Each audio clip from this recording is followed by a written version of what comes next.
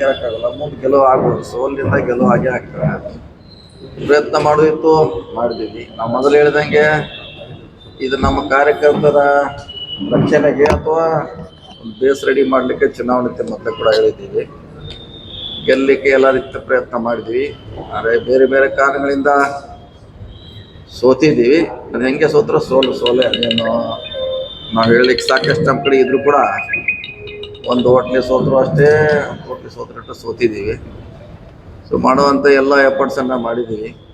ಆದರೆ ನಮ್ಮ ಕಾರ್ಯಕರ್ತರಿಗೆ ಒಂದು ಧೈರ್ಯ ತುಂಬಬೇಕಾಗಿತ್ತು. ಒಂದು ಹೊಸ ಬೇಸ್ ತಯಾರು ಮಾಡಬೇಕಿತ್ತು. ಬೇಸ್ ತಯಾರು ಮಾಡೋಲ್ಲಿ ಅಷ್ಟರ ಮಟ್ಟಿಗೆ ನಾವು ಯಶಸ್ವಿ ಆಗಿದ್ದೀವಿ.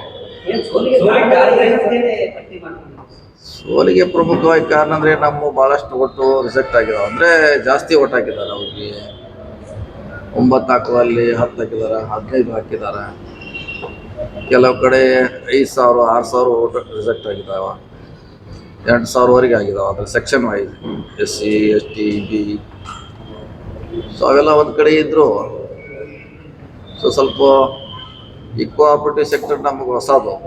ಇಲ್ಲಿವರೆಗೆ ನಾವು ಜನರಲ್ ಎಲೆಕ್ಷನ್ ಮಾಡ್ತಿದ್ವಿ. ಇದು ನಮಗೆ ಹೊಸದು. ಆದರೂ ಕೂಡ ಮ್ಯಾಕ್ಸಿಮಮ್ ಪ್ರಯತ್ನ ಮಾಡಿ ಒಂದು ಹಂತಕ್ಕೆ ತರುವಂಥ ಪ್ರಯತ್ನ ಮಾಡಿದ್ವಿ. ಸೈಜೇಬಲ್ ಓಟ್ ಅಂತ ತೊಗೊಂಡಿವಿ. 12,000 ನಾವು ತೊಗೊಂಡ್ವಿ, 20,000 ಅವ್ರು ತೊಗೊಂಡಾರ. ಸೊ ಎಲ್ಲ ರೀತಿಯ ಪ್ರಯತ್ನ ಮಾಡಿದ್ರು. ಕೆಲವು ಕಡೆ ಮಿಸ್ ಮ್ಯಾನೇಜ್ಮೆಂಟು, ಕೆಲವು ನಮ್ಗೆ ತಿಳ್ಕೊಳ್ಳಿಕ್ಕೆ ಆಗಲಿಲ್ಲ. ಕೆಲವು ಇಲೆಕ್ಷನ್ ಆದ್ಮೇಲೆ ತಿಳ್ಕೊಳ್ಳಿಕ್ಕೆ ಸಾಧ್ಯ ಆಯಿತು. ಹಿಂಗಾಗಿ ಅಷ್ಟಾಗಿ ಟೈಮು ಮೀರೋಗಿತ್ತು. ಸೊ ನಾವೇನು ಗುರಿ ಇಟ್ಕೊತಿದ್ದೀವಿ ಅಷ್ಟನ್ನು ಯಶಸ್ವಿ ಆಗಿದ್ದೀವಿ. ಚುನಾವಣೆಯಲ್ಲಿ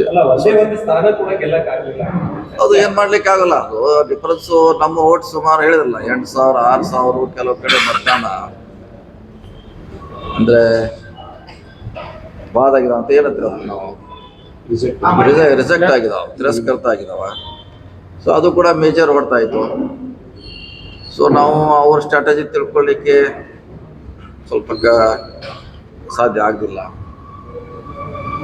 ಸೊ ಇನ್ನು ಭಾಳಷ್ಟು ನಮ್ಮ ಕಾರ್ಯಕರ್ತರು ಕ್ಯಾಂಡಿಡೇಟು ಆ್ಯಕ್ಟಿವ್ ಆಗಿ ಪಾರ್ಟಿಸಿಪೇಟ್ ಮಾಡಬೇಕಾಗಿತ್ತು. ಅಷ್ಟು ಮಾಡಲಿಕ್ಕೆ ಆಗದೆ ಅಂದ್ರೆ ಮತದಾರನ ಮುಟ್ಟಿದ್ರು ಕೂಡ ಮನವೊಲಿಸ್ಲಿಕ್ಕೆ ಅವ್ರನ್ನ ಈ ಥರ ಓಟ್ ಹಾಕಿ ಹೀಗಾಕಿ ಅಂತ ಹೇಳಲಿಕ್ಕೆ ಕನ್ವಿನ್ಸ್ ಮಾಡಲಿಕ್ಕೆ ಆಗಲಿಲ್ಲ. ಹೀಗಾಗಿ ಬೇರೆ ಬೇರೆ ಸುಮಾರು ಕಾರಣಗಳಿದೆ. ಆಗತ್ತೆ. ಅದಕ್ಕೆ ಬಂದರೆ ಪ್ಯಾನಲ್ಲೇ ಬರೋದಿಲ್ಲ. ಯಾಕಂದರೆ ಇಡೀ ಪ್ಯಾನಲ್ನ ನಾವು ಹೇಳಿರ್ತೀವಿ, ನೀವು ನಮ್ಗೆ 15 ಓಟ್ ಹಾಕಂತ ಹೇಳಿರ್ತೀವಿ. ಹಿಂಗಾಗಿ ಬಂದ್ರೆ 15 ಬರಬೇಕಿತ್ತು. ಕಡಿಮೆ ಬರೋ ಚಾನ್ಸ್ ಕಡಿಮೆ.